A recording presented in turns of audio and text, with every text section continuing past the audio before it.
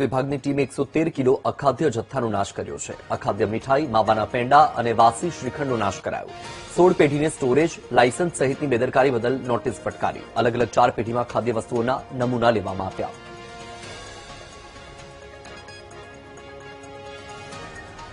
વધુ માહિતી આપી રહ્યા છે સંવાદદાતા શનિ મૈયડ. શનિ, રાજકોટમાં આરોગ્ય વિભાગ એક્શનમાં જોવા મળી રહ્યું છે. તપાસમાં શું સામે આવ્યું?